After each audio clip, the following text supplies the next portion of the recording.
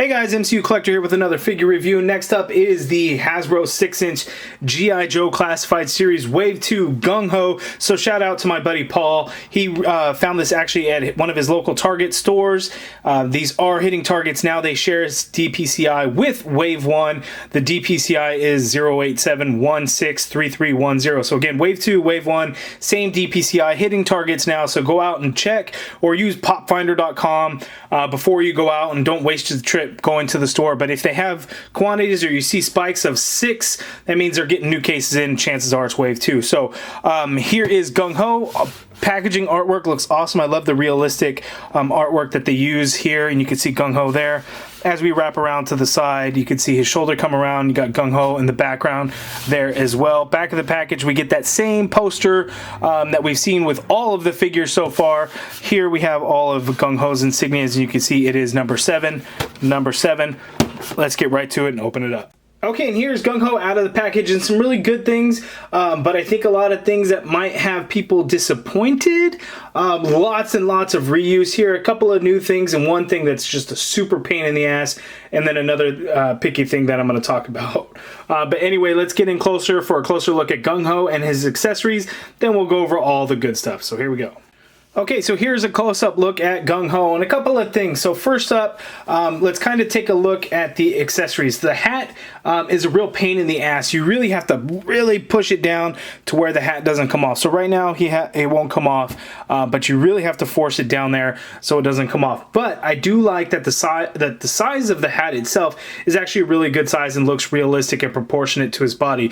Usually when you have helmets, hats, and things like that, most toy companies in the past, you would have seen that they were quite large, but Hasbro has really hit the spot when it comes to these, like the beret that we got with Beachhead, and then this hat for Gung Ho here. So in talking about the accessories, first I'm going to talk about this gun weapon right here, whatever the hell that is, grenade launcher maybe, because I see the large barrels there. But anyway, that is a pain in the ass to get into this hand because of the way the fists are. So you're going to have to warm them up and kind of pry open the fingers and the thumb to really get the hand in there, and it's just such a tight fit in that spacing right there. It really was a pain in the ass. It took me a few minutes to get it, so I'm gonna take it out and I'll never put it back in the hand again because it was just such a pain to do, because then you have to get the trigger finger in the trigger. It was just ridiculous. So we'll stick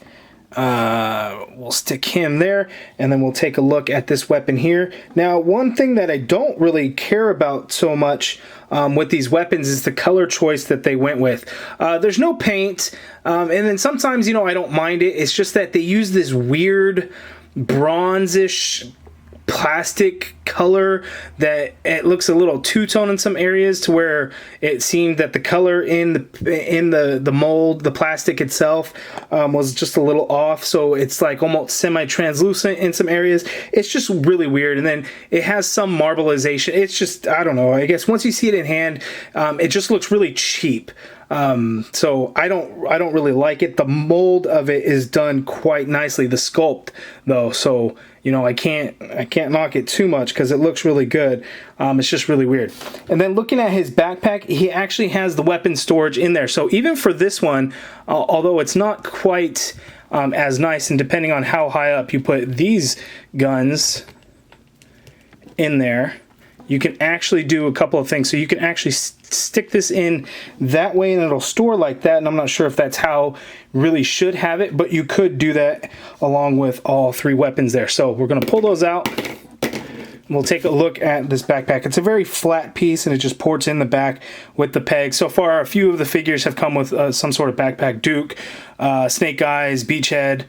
So it's really cool. It's all just done in this really dark green color. The sculpt of it's nice. You see some straps and pouches and stuff in there. There's no additional coloring, not a big deal, but you see these spots here on the side. So these flat guns, they just kind of port right on in there, and it just kind of holds in place, and that's all you do there.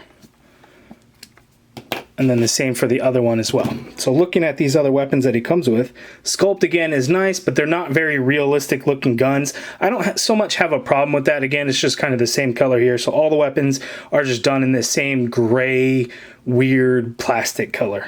but the molds are nice. Just, you know, not realistic looking guns. And we have some sort of shotgun or something here. Again, sculpted nicely. But there you have it. So those are the accessories for Gung Ho. Now looking at the figure, my biggest complaint with the figure, aside from the weapons, is the skin tone of his chest. It's just in a very shiny plastic. So if you guys follow me on Instagram, I got the a little bit of the bubbly Chris Jericho AEW Unrivaled Ringside Collectibles exclusive figure.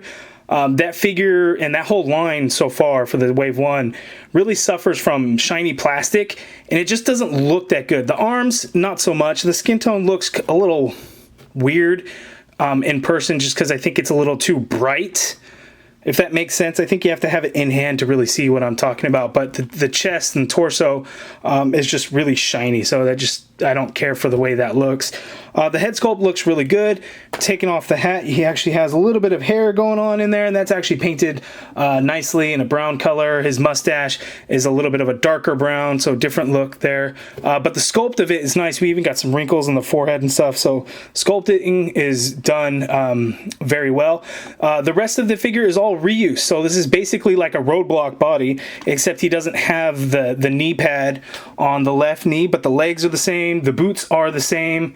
I believe the arms are the same, but then we get some new things like this gauntlet piece right here on this right forearm is painted nicely. We get some silver paint, black paint, and some of that gunmetal gray paint in there going, so that looks pretty good. We get an elbow pad for his left arm, and then we get this vest, and the vest looks very nice as well. It's just done in a dark green, but we get some color in there, so there's some silver or that gunmetal right in here along some of the edges. It's kind of lined up even on the back of the figure, which normally we get no paint on the back of figures, and we get that here. The grenades are actually a different color from the vest, so that's a nice little touch. We get some silver in there, some black in there for the straps.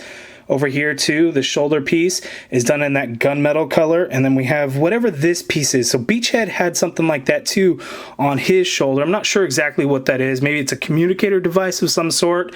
With these, you know, these modern designs, I don't know if that's really been revealed in anything, but I could be completely wrong. You guys let me know down in the comments below if you know exactly what that is there.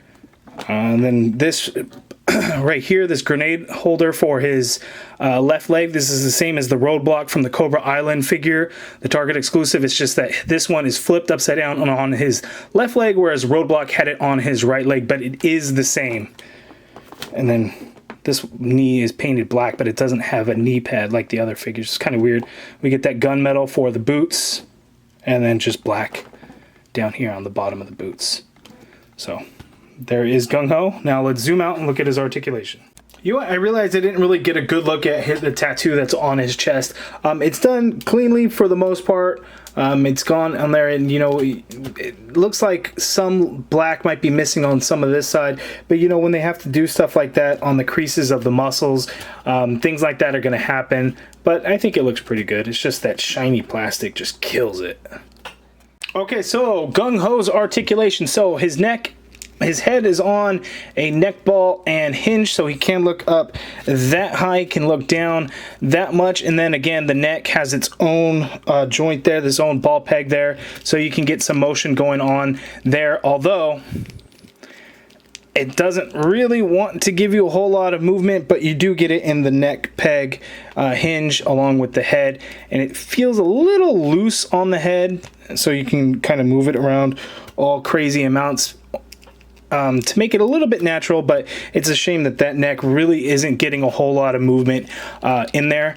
His arm, he can get the shoulder to go up that high. You get a full rotation, of course. You have an upper bicep swivel there. You have a double jointed elbow, which gives you more than 90 degrees. You can see a pretty good bend there.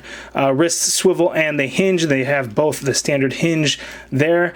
The torso, we have the inverted ab crunch, so the ab, you can crunch down forward that much. Going back, not a whole lot because the vest is going to get in the way, but you can do a little bit, and then you have the diaphragm rocker, so you can get him to go down quite a bit in conjunction, and then going back a little bit more, but still not a whole lot because of that vest. Before I forget, he does have the butterfly joints in there, although it's very limited. I don't know if mine's just really stiff or just not getting a whole lot of movement going on in there. It's limited, it's there, but it's really stiff and you don't get a whole lot of movement in there, so just heads up on that.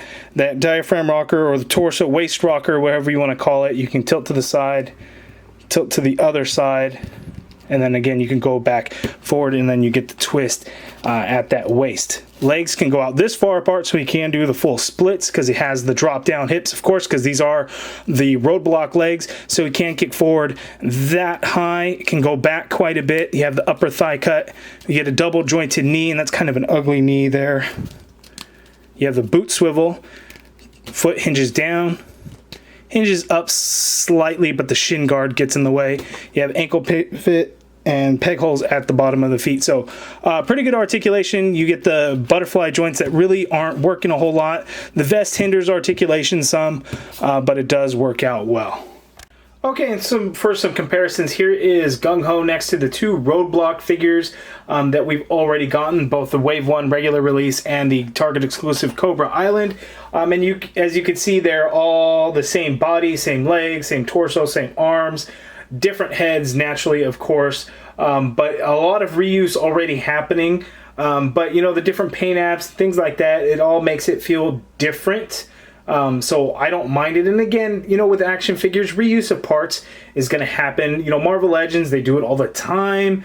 I guess Black Series maybe not as much, but Power Rangers, there's only like two or maybe three different bodies that Power Rangers uses. And then if you're a wrestling fan, Mattel, WWE, that's all they do. So, you know, reuse is going to happen. I don't mind it when it's done nicely. I do think this Gung Ho figure is quite nice. I just hate that torso with the shiny plastic, but overall it is a very good looking figure. But let's see how he looks compared to some other Joes.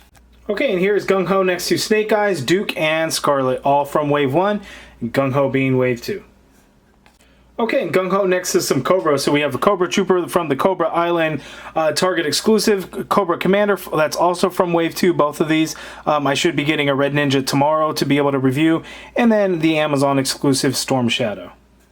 Okay, so my final thoughts for the figure. I think Gung Ho, I think the figure looks really good. I got very nitpicky when it came to the torso. The shiny plastic, the vest covers up most of it, but I still see it. It's still there.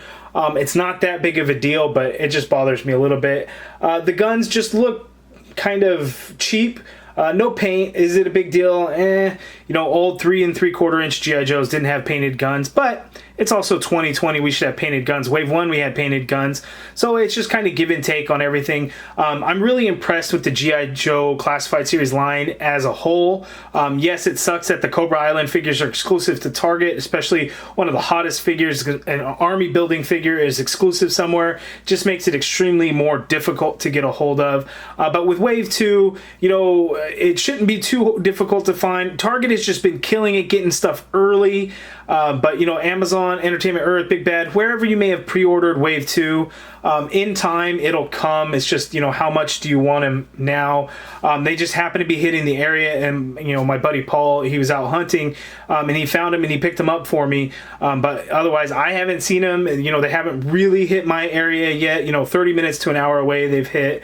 So just be on the lookout. But again, use popfinder.com before just running out to Target to see if they have it. Again, the DPCI is 087163310.